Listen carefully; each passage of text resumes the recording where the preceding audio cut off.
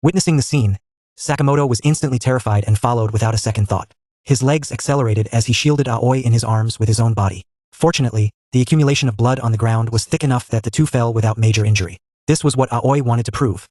Even someone as cold-blooded as Sakamoto has someone they want to protect. So, the targets of his killings must also have people who care for them and weep in silence. Aoi hoped Sakamoto would lay down his blade and stop creating tragedies, dedicating his future efforts to helping others. Now, the couple even has a child, running a shop and living a steady life.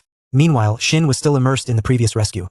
The way his big brother took down enemies in a few moves was incredibly cool. Hearing this, Sakamoto hurried to explain that he had avoided vital spots. Unexpectedly, Aoi caught these words, stating that if he dared to violate the family rules, they would divorce on the spot.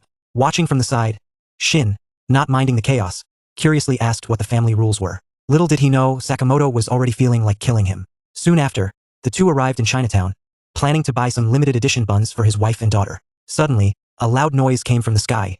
A young girl made a grand entrance before even Sakamoto could react. The buns he just bought were not spared.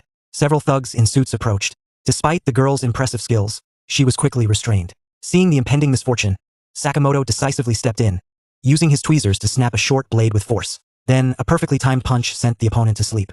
Meanwhile, Shin wasn't idle either, leaping up to slap that bald head. Moments later, more pursuers arrived, and Sakamoto and Shin were also treated as accomplices. During their escape, the girl revealed she was Lu Xiaotang, the daughter of a triad leader. Those people had not only killed her parents but also wanted to seize the key to her family vault. To protect them from danger, she planned to part ways right then and there. But before splitting, Sakamoto had one last question. Could Xiaotang make authentic Chinese buns? Her confident yes sparked a bold proposal.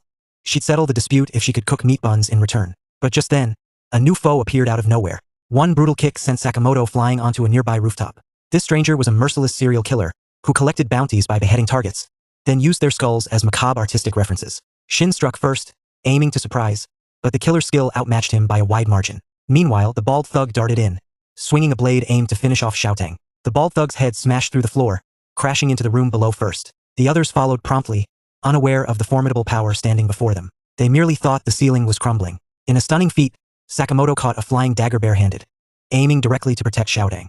Though baffled by the extent of Sakamoto's resolve for a stranger, the moment the blade was given to him before, Sakamoto had grasped the preciousness of life. So he instructed Shin no killing allowed, as they faced the assassins together. Hearing this, the duo thought it a bit too theatrical. Yet, after testing his moves, they realized this hefty man was legitimately skilled. Every kitchen tool in his hands became a lethal weapon, and no matter what they swung, they couldn't land a hit. Forced to escalate, the killer unleashed a furious flurry of slashes, a lightning fast-forward assault. After taking the blow, there was no way Sakamoto walked it off unscathed. Shin quickly patched him up, since a twisted neck wasn't something to joke about. With the stakes this high, they had no choice but to pull out their secret finishing move. Sakamoto would be the third to witness it firsthand.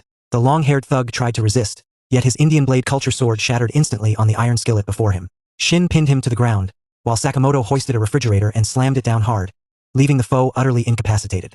Soon after, the trio carved their way through countless enemies, capturing 2 killers along the way. Even the crime boss had no choice but to surrender. The locked door nearby was the legendary Lu family vault, passed down through generations. Inside, along with treasures and antiques, lay toys and letters, relics each family head held most dear. Xiaotang's father had left a fine bottle of wine, with a note hoping they'd share a drink once she came of age. Knowing that day would never come, Xiaotang chose to share it now with Sakamoto and Shin. Though the appetizers were the ruined steamed buns from before, the three savored the moment, forging an unbreakable bond. The next day, Xiaotang arrived at Sakamoto's shop. With nowhere else to go, she, like Shin, became part of the team, primarily in charge of steaming fresh meat buns. But she was 2.5 hours late on her first day, and left the goods in a messy jumble for customers to guess. Curious, Shin asked if she'd ever worked a real job before. Xiaotang revealed she once worked under her father, burying sacks deep in pits, then covering them up. Despite that dark past, under Sakamoto's guidance, the two slowly began integrating into this new life, sharing the same family code. The first rule clearly: never kill.